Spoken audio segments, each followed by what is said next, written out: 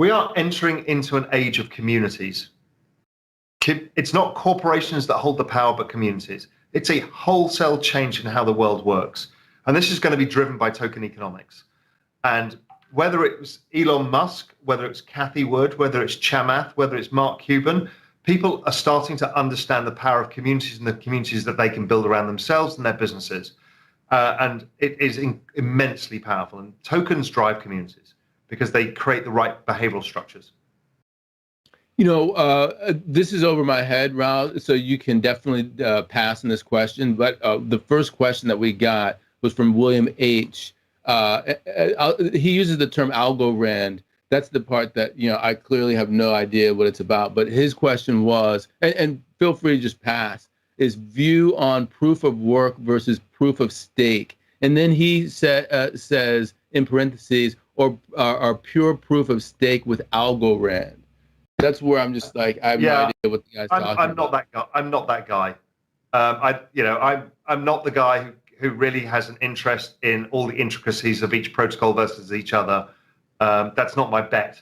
My bet is the whole space. My bet is pressing the bets on the winners, which is Ethereum right now and Bitcoin. And I have a basket in the space to give me broad exposure to many of the other tokens. But I'm starting to take more significant bets myself, macro bets around community tokens, exchanges, metaverse, and some of these narratives that people on Real Vision have seen me explore. And I've started to realize how big these are and how relatively cheap they are as potential future large networks. And therefore, the tokens are probably underpriced to me. Okay, fair enough. And, I think that works for me. So here's a good question for you. Let me preface the question, okay? I'm going to put it in my terms.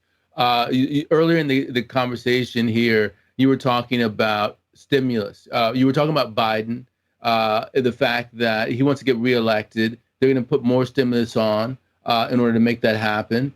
And you also mentioned the fact that in the U.S., the UK, Europe, et cetera, we're going to have massive amounts of investment, some of that deficit spending investment via green energy. Add all that together, and we're sort of in a new paradigm where you have massive amounts of government spending in order to fund this transition that we're talking about. So here is the question in that context. Jerry V. Hall, he says, Raoul and Ed, question. Is there really a business cycle anymore? That's the question. There is a business cycle for the economy. We will see the cycle slow down again. We will probably see another recession again. What we learned is that it won't affect assets in the same way because of debasement of the denominator, which is fiat currency overall. Now, in fiat currency, in Fed balance sheet terms, for example, the markets can go down or trade sideways. But in nominal terms, they're probably unlikely to do that.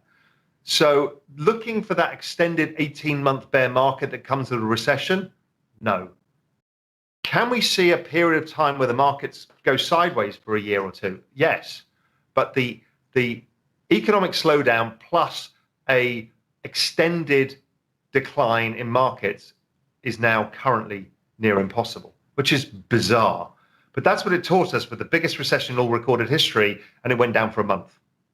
I mean, that was it, a month. Because what happened is this change in denominator value. So it's a very different thing. Let's see how long the market actually takes in Fed balance sheet terms to make a new relative high versus the one in 2018-19. My guess is going to take a little longer than people imagine, and that's the way we need to think about this.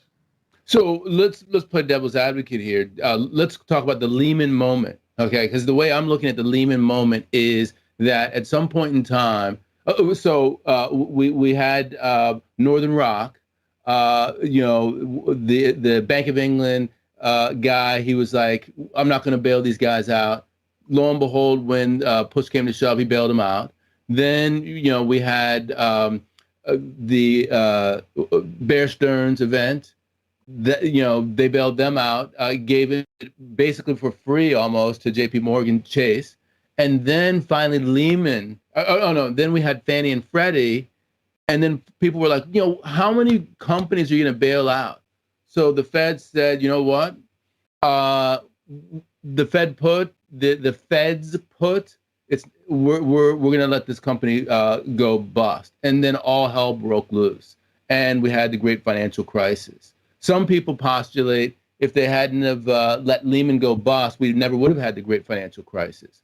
So my question to you, devil's advocate, was why isn't it true that we could get another Lehman at some point in time? The Fed say that's enough. We're not going to provide because the put. Global debt has doubled since that moment, right? So what happens is the outcomes are even worse. It was staggeringly bad then if we lost the financial system. It was catastrophic if we lost Europe in 2012. But since then, global debt has doubled. So first corporate debt doubled, or more than doubled, and now government debts have doubled. It's only household debts that haven't gone up exponentially. So should anything like that happen, that's the end of everything, right? Because the risks get bigger and bigger and bigger. And this is what people focus on, the end game. And I'm not focused on the end game. I'm focused on taking advantage of the situation that's been given to us, which is the stimulus, the devaluation of the balance sheet, the rise in exponential technologies driven by governments and stimulus, and also this new parallel system that's being built in the financial world, which is the crypto market, and say, let's play in that instead and stop looking for that end game. And let's just instead play the migration game across the digital assets, because it's a damn sight easier, because things are going up and in your favor. You're not fighting a trend. You've got this exponential trend behind you. That's so much easier, and so much easier to sleep at night than trying to fight, shorting the market to say one day it's all going to go wrong. Right. Yeah, I hear you on that. Here's a good question for you. Speaking of the exponential age, question for Raoul. This is Luis Guarinas. He says, how will the exponential age affect the really poor developing countries? Is it really possible to have everyone in the world connected to the internet and digital world? Yes, I know India well. India now has 1.2 billion people on mobile phones with almost free data. So that allows them to do things like sell their goods in marketplaces, in local marketplaces on that. And you'll see it from the India thing, about 1.1 billion people are now in fact, every single person in India is now in the banking system. That's unbelievable. They all have access to a bank account. They all have mobile phones, whether they're rural or city dwellers. So what that gives you is access to credit. They're building out a DeFi layer. The DeFi layer allows for credit access to smaller people and smaller businesses. That's a game changer.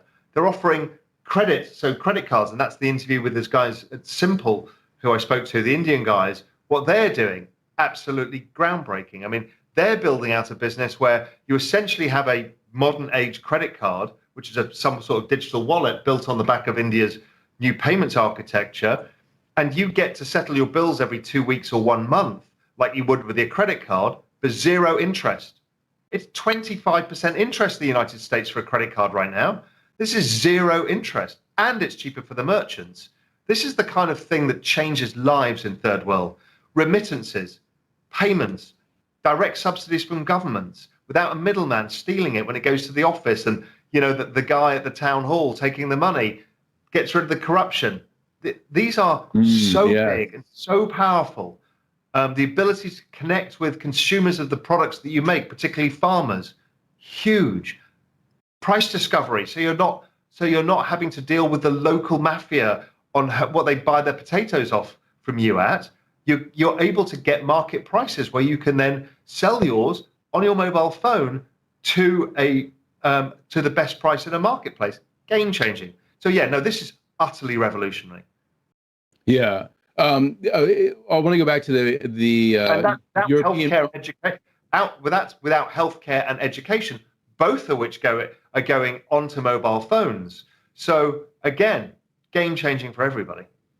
So, Luis, there you go. Do not despair. There are changes that will affect everyone. So, Raoul, here I have a theory for you. I'm going to use this question to get my thinking in here. And it's somewhat cynical, and I've talked to you about it before. It's with regard to Europe. The sovereign debt crisis, which you mentioned before, very bad for Europe. I think it's bad from a sovereignty perspective. That was their key issue. This is why the UK got out.